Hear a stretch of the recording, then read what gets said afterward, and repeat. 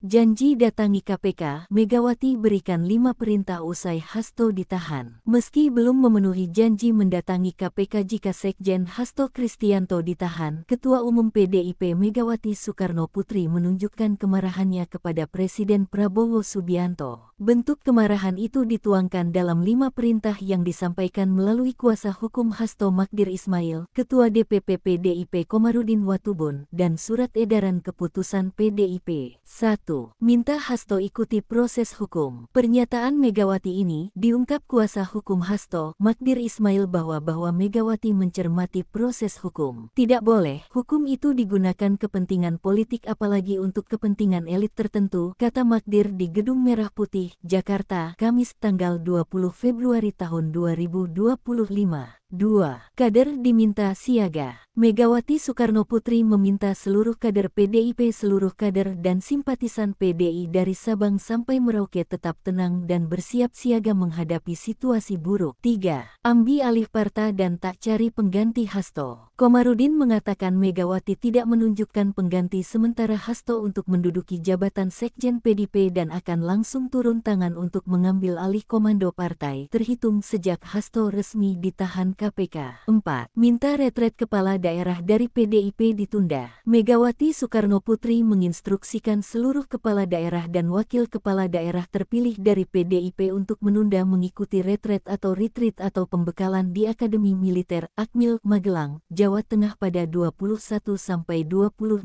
Februari tahun 2025. Instruksi tersebut disampaikan Megawati melalui surat bernomor 7294 INDPP 2025 pada Kamis tanggal 20 Februari tahun 2025.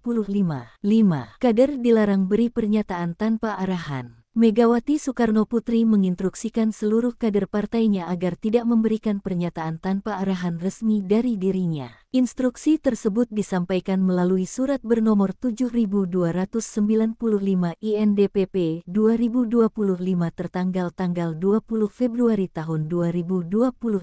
Sikap tegas ini dinilai bentuk kemarahan Megawati secara halus tanpa menyinggung pemerintahan Prabowo Gibran.